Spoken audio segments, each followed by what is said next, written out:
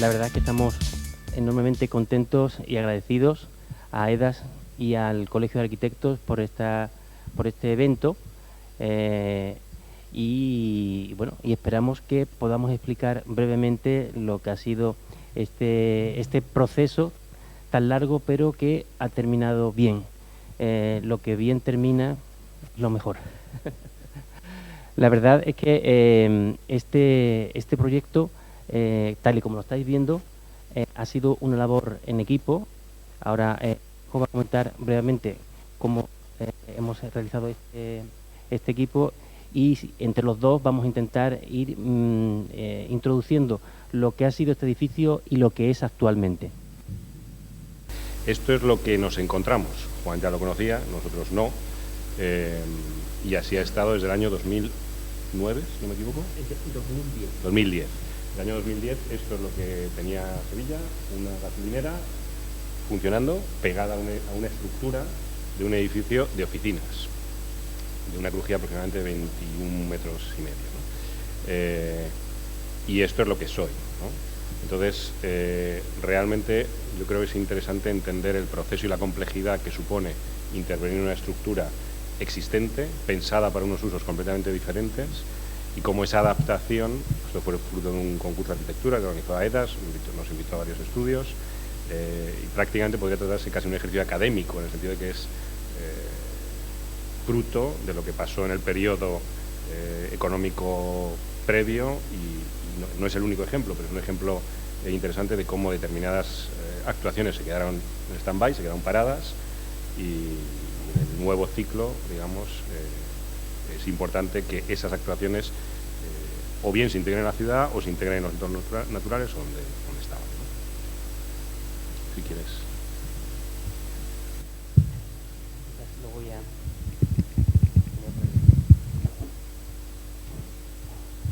Bueno, yo creo que todos conocéis el lugar. No hay mucho que decir sobre este sitio porque es algo muy familiar para todos, pero no sé si recordáis lo que en su día fue, ¿no? Era un solar que tenía una gasolinera en esta posición, un solar que no había sido, por así decirlo, fraguado desde el punto de vista urbano, y que era bastante residual. ¿Recordáis esta gasolinera? La gasolinera del Plantinar. Este era, diríamos, la puerta de entrada, lo que recibía a las personas que se dirigían al Plantinar cuando iban desde la avenida San Francisco Javier o Ramón y Cajal. Esta gasolinera representa lo que yo creo no querríamos ver en una ciudad. Entras en un barrio que tiene también su edad, entras en una zona prime como es San Francisco Javier y pasas este filtro y llegas a algo que además desde el punto de vista casi topográfico estaba mal resuelto. Recordáis estos escalones, había algo ahí que no funcionaba para nada, pero lo importante es ayer en las clases de historia que daba, un alumno me preguntó me dijo, pero ¿cómo has conseguido convencer al ayuntamiento y al promotor para hacer este edificio? Y la respuesta es, yo no he convencido a nadie para hacer este edificio. He hecho un proyecto que ha servido, junto con mis compañeros, a la ciudad y al promotor para cumplir sus fines. Porque evidentemente la ciudad tenía bien claro que ahí tenía que conservarse una gasolinera.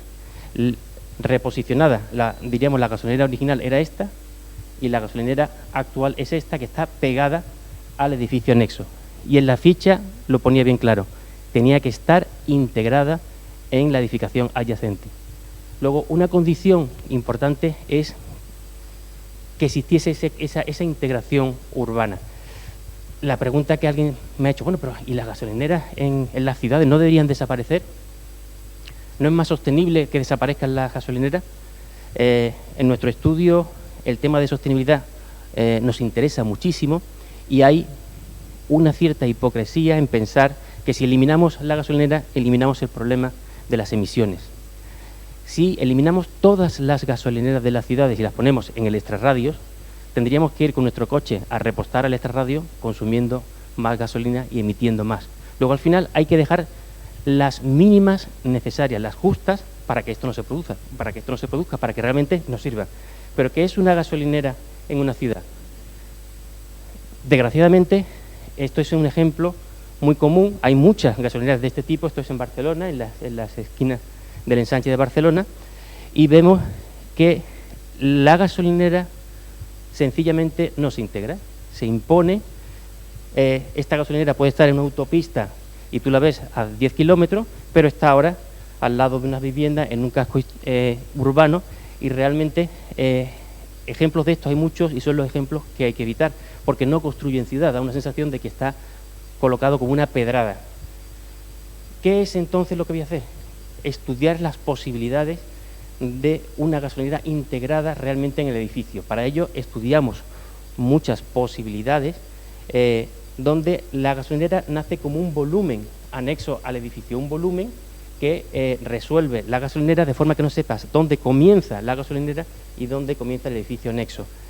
En el estudio de volumen, en el estudio de la implantación, había que entender que una cosa era Ramón y Cajal y tenía que dar una fachada, un aprovechamiento, unas vistas y una presencia Ramón y Cajal, y hacia atrás, que era Ramón y Cajal es norte completamente, hacia atrás estaba el sur, y había que crear pues unas protecciones, unos filtros, algo que permitiese que en la orientación sur se consiguiese pues estar en condiciones en Sevilla.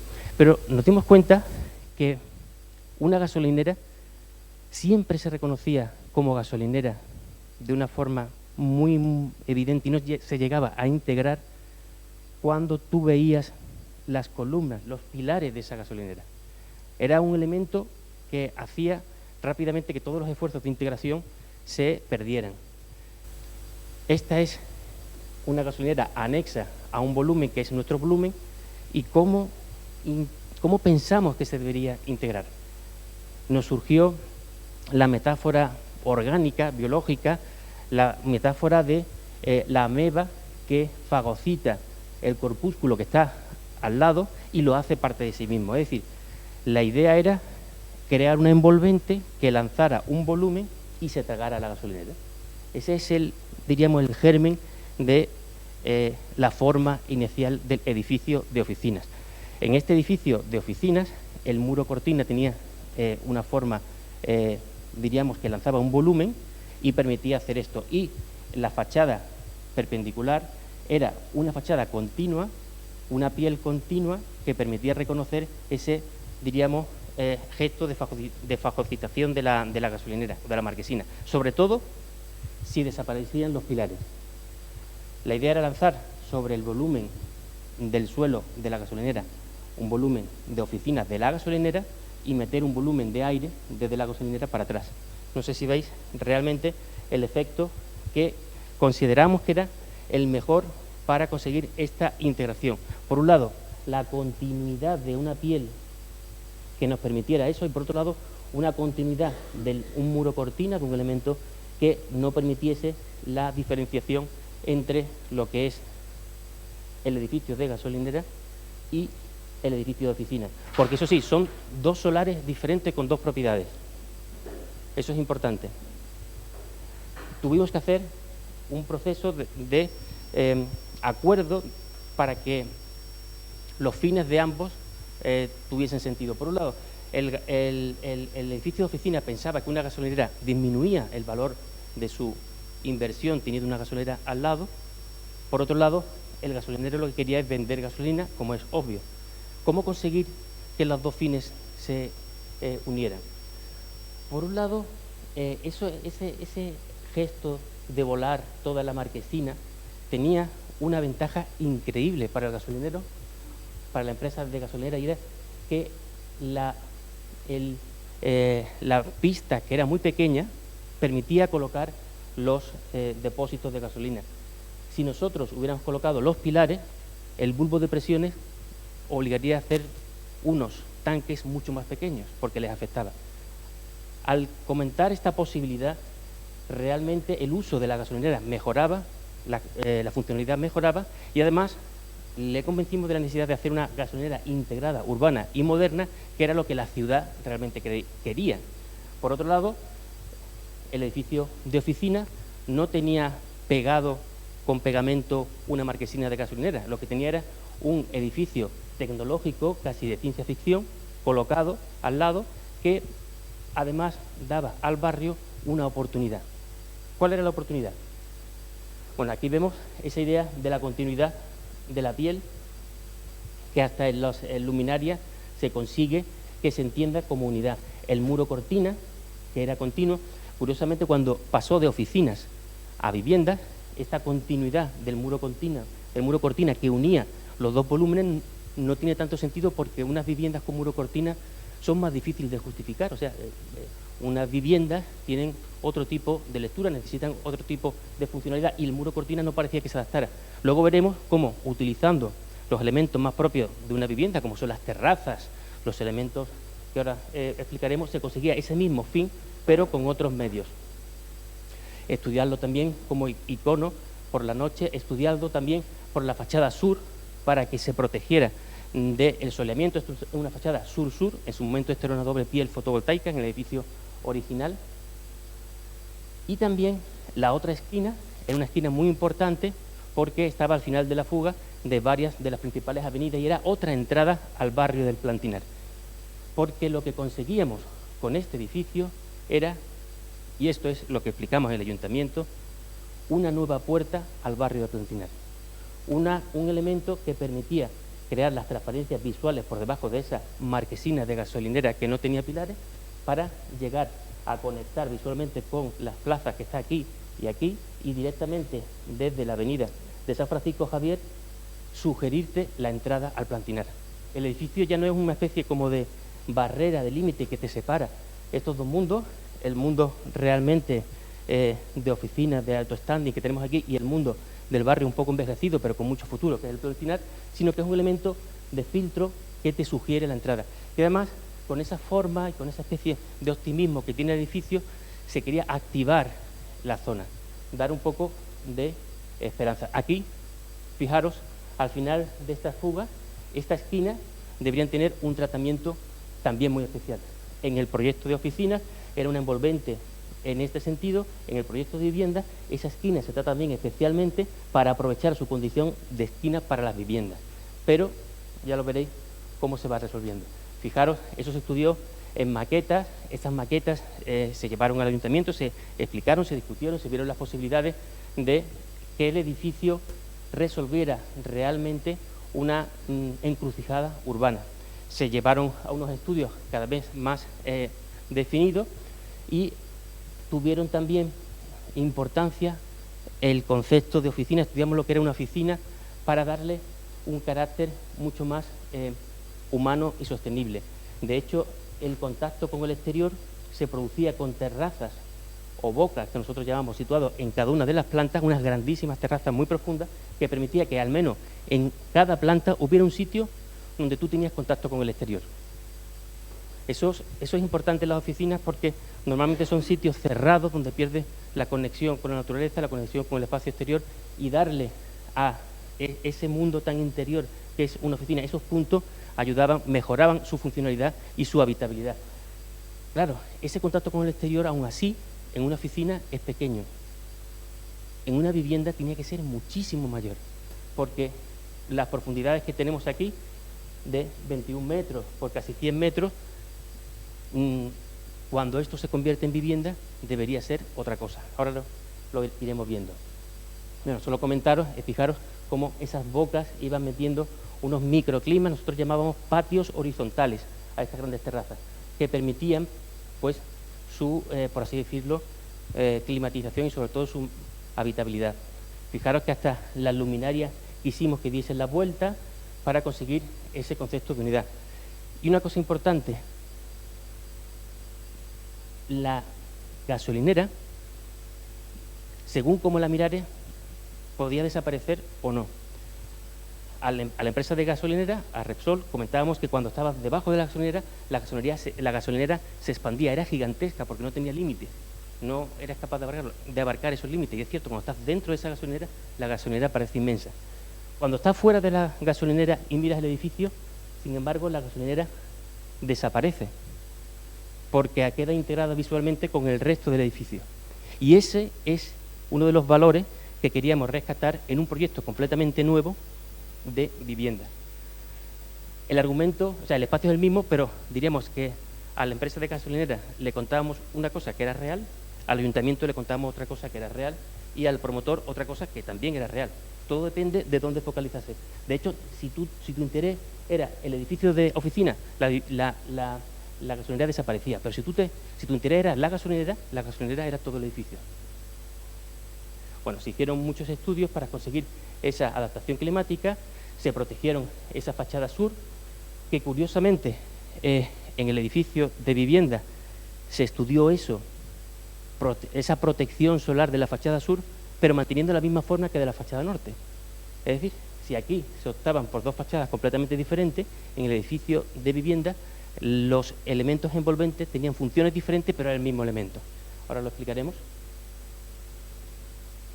Este era el mundo que creaba de oficina, que consiguió en el proyecto de ejecución y en su comienzo ser calificación A, el primer edificio de oficina en su momento que fue calificado A en Sevilla, y el edificio actual, por cierto, también es calificación A. O sea que de alguna forma los valores del edificio se mantienen. Este es el edificio en estructuras. La estructura era impresionante, bastante potente. Fijaros, esto se hizo con Katia para conseguir el perfecto precisión de los cortes por control numérico de toda esa estructura. Se construyeron las grandes cerchas de 17 metros que venían ya prefabricadas para que las soldaduras fuesen las mínimas posibles. Fijaros al final cómo iban creando esas cerchas, esos vuelos, y se cuidó perfectamente cómo era la unión con el resto del edificio. Pero una cosa importante, el edificio de oficina sostenía la gasolinera, es decir, hay una servidumbre estructural total, porque la medianera entre la propiedad de las oficinas y la propiedad de la gasolinera es justo esta. Y la idea era utilizar el edificio de oficina como soporte de la gasolinera sin que el edificio de oficina le perjudicara mucho o nada prácticamente, y que ese vuelo tan gigantesco se pudiera hacer económicamente sencillo, rentable. ¿Cómo? Pues con mucha inercia, con mucho canto. Cuando utilizan mucho canto, las, diríamos, tensiones disminuyen bastante. Pero si además, mire, aquí está la cercha ya montada, veis que la cercha tiene más de 3 metros y la planta de las oficinas cuelgan de esa cercha. Ahora lo vamos a ver. Las cerchas, por cierto, se tuvieron que tomar con grúas, quitar el apuntalamiento, ir soltando mediante una curva de tensión ese peso poquito a poco para que se sostuviera por su propio peso. Y finalmente, ¿veis? Ahí está colgada la gasolinera. Una cosa importante, este edificio son unos 100 metros y no tiene junta de dilatación, porque en el tercer forjado todo el edificio sostiene las tensiones de ese vuelo. No la primera crujía, los primeros pilares, no. Eso hubiera obligado a reforzarlo enormemente.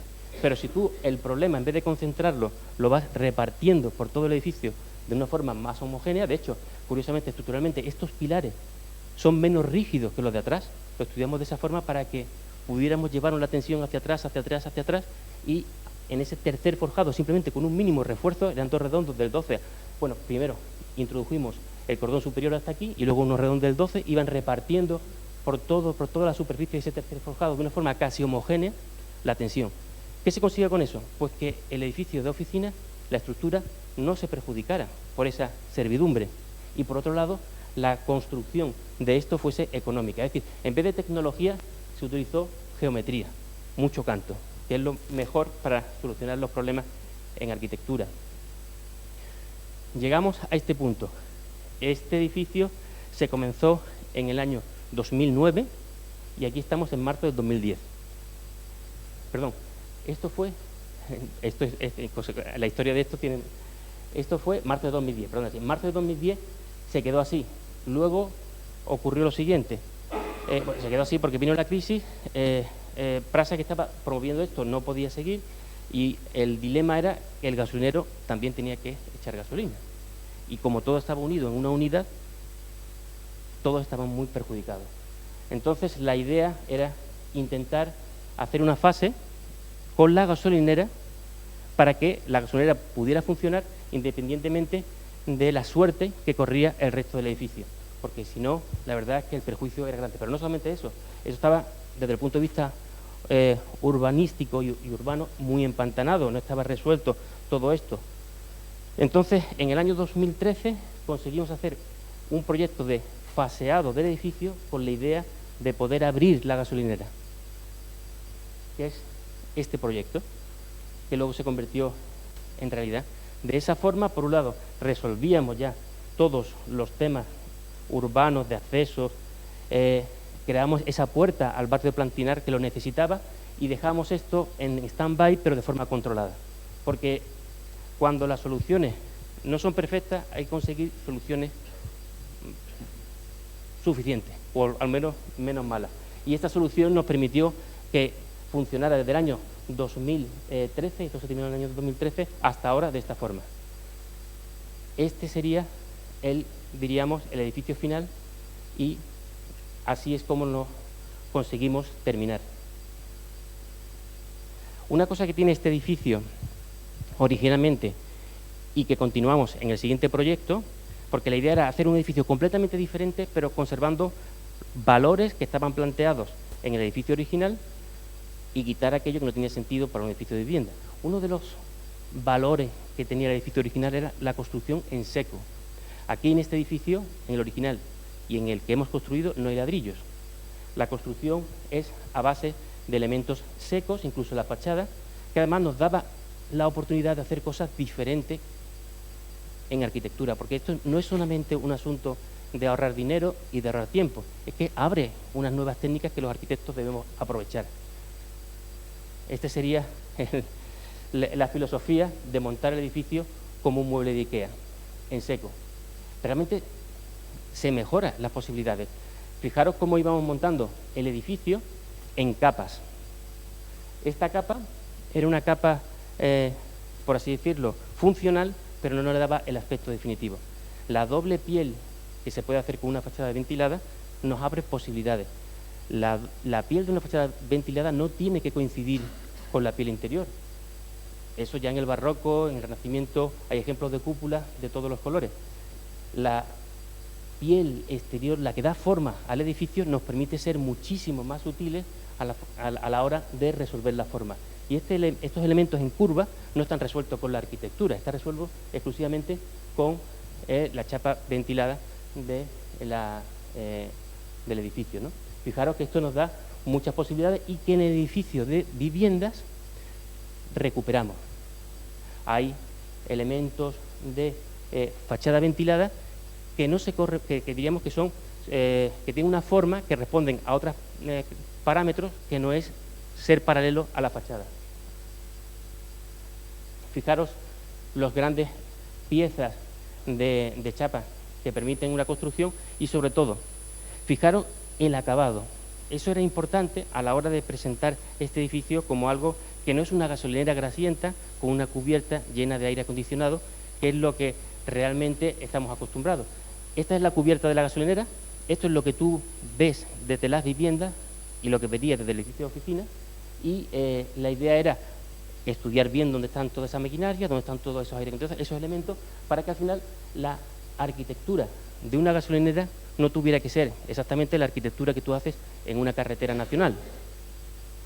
Bueno, estos son interiores de las oficinas de la gasolinera, acabados con una precisión de 2 milímetros. Se trabaja en este tipo de cosas con precisiones que no se trabaja en la arquitectura del ladrillo y abre posibilidades inmensas a nosotros, los arquitectos, y va a ser hacia donde vamos. Vamos hacia una construcción de precisión, una construcción industrializada, prefabricada como esta. Eso en albañilería no se puede hacer. Y por eso digo que este tema de la industrialización no es solamente que ahorremos costes, que no se ahorran exactamente, eso todavía suele ser más cara, o que ahorramos tiempo, ahorramos bastante tiempo. Es que se pueden hacer otro tipo de arquitectura, como esta, que es la que estamos haciendo. Y sobre todo, al final, los objetivos principales, espaciales, se estaban consiguiendo.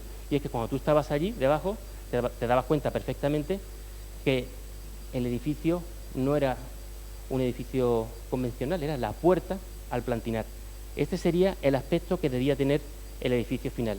Esto es un fotomontaje entre una fotografía real, que llega más o menos por aquí, y una infografía. ¿Cómo se quedó desde el año 2013 hasta el año 2018? Pues, como conocéis perfectamente, se quedó de esta forma hasta que AEDAS pues adquirió el edificio. Aquí han pasado 3 propiedades, 4 constructoras.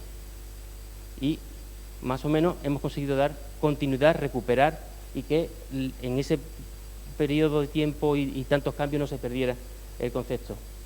Este es el edificio actual y fijaros solamente un par de cosas. Fijaros cómo esa continuidad, ese atar la gasolinera, ese se consigue perfectamente, en vez de con el muro cortina, que no tiene tanto sentido en vivienda, con los balcones que trazan horizontalmente, cosen como cuerdas de una guitarra el elemento de vuelo de gasolinera.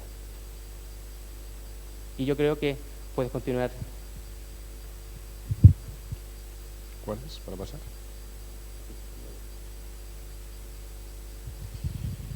Vale, pues como ha explicado Juan, esta larga historia, cuando tanto Enrique como yo nos incorporamos, conocemos a Juan de una manera generosa, nos convertimos en el equipo que presenta el proyecto, y este proyecto busca algo que habitualmente en la vivienda o en las tipologías de vivienda es poco reconocido, poco apreciado, que es la profundidad, ¿vale? Y lo titulamos así, elogio a la profundidad, y como cuando algo es muy profundo te da otras capacidades de trabajando en el perímetro, la idea de que esa profundidad, en el momento que tú la vacías, empieza a tener otro potencial, empieza a tener otras variables que si tú simplemente trabajas con las dimensiones iniciales no es factible, ¿no? Cuando tú empiezas a perforar algo, aparecen otras realidades, otras luces, otros tipos de patios.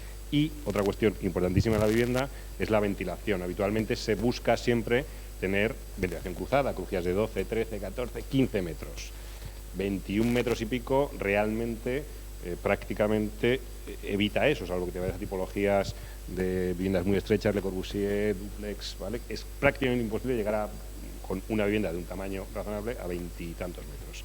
Entonces, esta idea de perforar lo que permite es que cada vivienda tenga esta relación con el exterior y tenga ventilación al menos en una esquina, ¿no? Entonces, esta cuestión de cómo se extrae, ¿vale? Porque además al extraer cosas pierde metros el edificio, la edificabilidad es la misma, la edificabilidad había que mantenerla. Entonces, cómo esos metros que se extraen se colocan en los sitios estratégicos para que el edificio mantenga su volumen, mantenga su edificabilidad, pero al mismo tiempo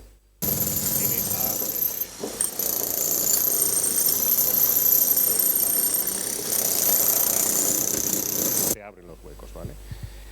Entonces, la primera cuestión es cómo, de una manera lógica, se puede intervenir en un edificio de estas dimensiones y con esta estructura.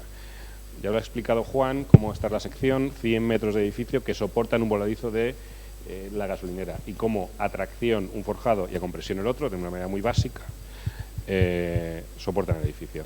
Lo soportan además, esto responde un poco a lo que estaba comentando Juan antes, de las tensiones. No es una acumulación de tensiones aquí y nada aquí, es un reparto bastante homogéneo. Eso nos permite que cuando abrimos huecos, esos huecos no tengan un impacto importante en toda esa estructura global. Se hizo un control muy exhaustivo de si había algún movimiento en la gasolinera, ¿vale? No ocurrió. Es más, los movimientos que puede tener la gasolinera tiene que ver con las dilataciones, no tanto con las intervenciones. Entonces, esta realidad en la que un edificio muy profundo empieza a tener perforaciones y cómo eso permite que exista esta vocación de permeabilidad, ¿vale? Y introducir el aire dentro. Esto es lo que veíamos antes. En planta tercera, que es donde se produce la tirada del vuelo de la gasolinera, estos patios, la explicamos de una manera un poco más detallada.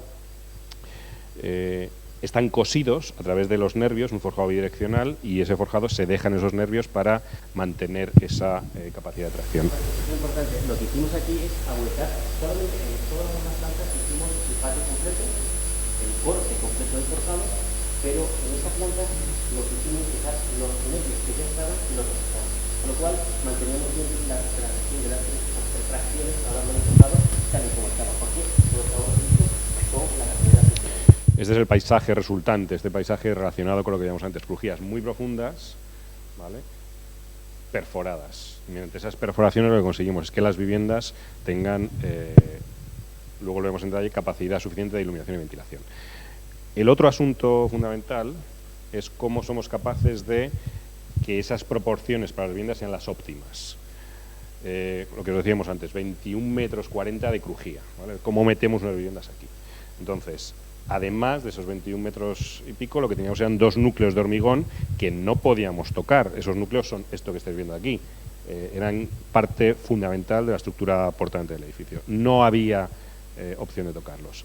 El planteamiento que se hace es que aparezca una circulación central que se deforma y se adapta a la posición de los núcleos existentes del edificio de oficinas, que están planteados básicamente por cuestiones de evacuación, que siguen siendo las mismas, y cómo eso nos permite vincular unidades de tamaños equivalentes, no exactamente iguales, pero bastante equivalentes, generando esto, ¿vale? Una circulación central que va teniendo vistas laterales, luces, ventilación, que son estas aperturas que veíamos, esta circulación, y que al mismo tiempo esas aperturas lo que permiten no solo es dotar a las zonas comunes de luz, porque claro, este pasillo, si fuese un pasillo de 100 metros completamente cerrado, nos encontraríamos con que no tengo absolutamente ninguna percepción del exterior. Probablemente la calidad de las viviendas y del espacio doméstico no tendría nada que ver. Esta búsqueda de un espacio doméstico óptimo. Entonces, cada unidad de vivienda lo que busca es estar en esquina. Aceptamos que no son pasantes, pero están en esquina. Todas tienen al menos 2 fachadas. Esas 2 fachadas tienen 2 orientaciones y en 2 presiones muy distintas. Una hacia la fachada exterior, voy para atrás, una hacia la fachada exterior, esta por ejemplo, ¿no?, y otra hacia el patio. Eso permite que realmente se produzcan ventilaciones cruzadas en la vivienda, luces naturales en las zonas de circulación y además estos espacios intermedios entre el interior y el exterior para cada una de las viviendas. Todas las viviendas tienen un espacio exterior, todas las viviendas tienen terraza. Y luego aparecen unas viviendas singulares en las zonas superiores que tienen que ver con esta relación con el horizonte espectacular en el momento que subes de cola, ¿no? Una cosa importante es que la estructura, diríamos, nosotros no intentamos integrarla en la tarifería, sino siguiendo la tradición moderna más clásica, la dejamos libre de una estructura que va por un lado, y nuestra vivienda pues no intenta tragarse con sus tariferías los pilares. De esa forma se pone en valor, tenemos unos pilares que consiguen unas características estructurales que no son normales para una vivienda, unas luces de 8 metros, unas alturas acabadas en los salones de 3 metros 10, eso es absolutamente muy poco común en las viviendas. Por eso hay desafíos para hacer aquí un producto selecto, un producto especial, porque tenemos la oportunidad de evitar una estructura que nuestra base saliente mucho más grande.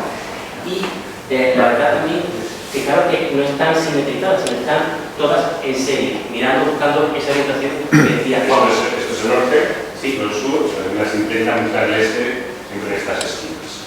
Luego, esta condición, se ve esta condición de espacio híbrido entre oficina y vivienda, lo que permite estas dimensiones tanto en crujía como en altura, que no son las condiciones. Adicionalmente, los elementos de integración, luego lo veremos con el edificio de la gasolinera, porque tenéis una hibridación de la escala del edificio industrial, infraestructura de la gasolinera y el espacio doméstico. No es lo mismo una vivienda, un edificio de viviendas que un edificio de oficinas o incluso de industria ligera. Esto es una tipología específica, ¿no?, la búsqueda esta de las esquinas.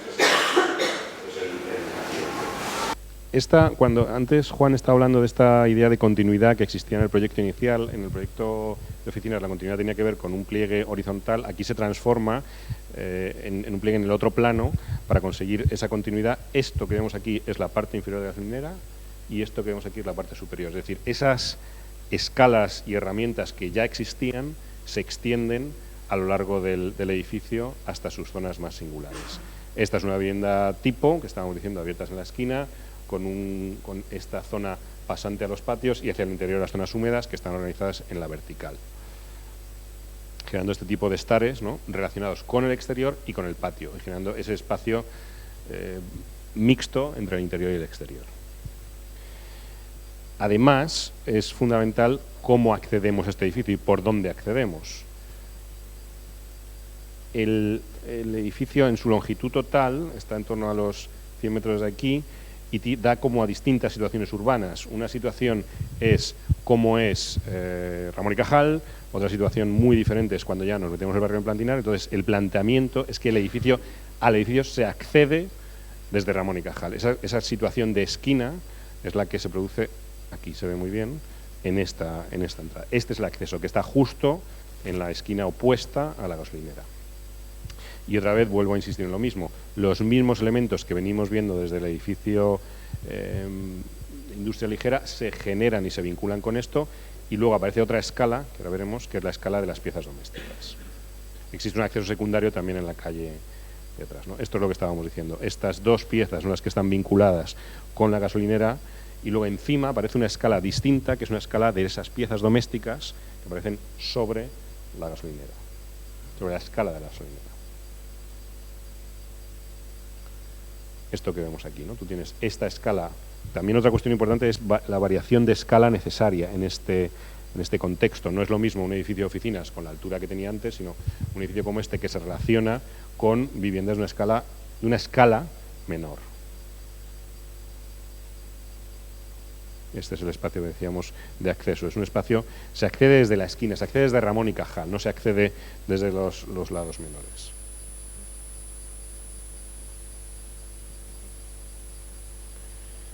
Luego, por último, es algo que ya ha tratado Juan, yo también he tocado, es esta cuestión fundamental en términos urbanísticos, en términos también de AETAS, de propiedad. Para ellos era muy importante que esto no fuese un edificio pegado a una gasolinera. Esto es un edificio que dentro tiene distintos usos, entre ellos gasolinera, locales comerciales, viviendas, zonas comunes, etcétera, ¿no? Entonces, esta cuestión de generar este nuevo horizonte del edificio que se ve aquí, ¿vale?, que sobre ese horizonte aparece otra escala. Existe una estratificación de escalas, ¿vale? El edificio no es así de alto, el edificio estratifica distintos usos y va vinculando estas líneas y estas cornisas que existen en la gasolinera y que existen en la estructura previa, esta y esta, y se extienden a lo largo de los 100 metros, generando una fachada doméstica de otra escala en el plano interior, donde ya la escala de los huecos son muy grandes, pero es otra, las protecciones solares, esto es norte, y las protecciones a sur, ¿no?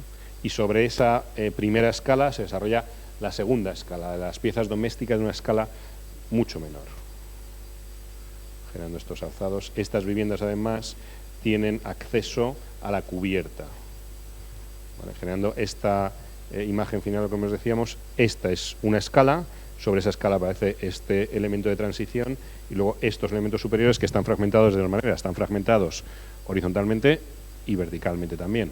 Se generan esas piezas. El edificio de oficinas era como muy imponente, porque desde el punto de vista comercial una empresa requiere otro tipo de lenguaje, ¿no?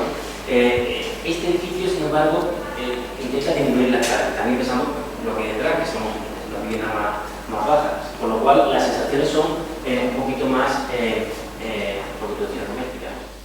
Esa transición de escala para nosotros desde el principio fue una cuestión importante, contradictoria, porque tienes que integrar algo que es más grande, pero al mismo tiempo conseguir esa escala intermedia. Y luego la relación también con los árboles, las jacarandas que hay aquí, que en primavera se ponen preciosas, y cómo sobre eso aparece el otro orden, ¿no? Aquí se relaciona, cuando cambiamos hacia la orientación sur, las terrazas ocupables desaparecen, pero se siguen manteniendo los aleros que nos protegen de la incidencia directa del sol hacia el sur.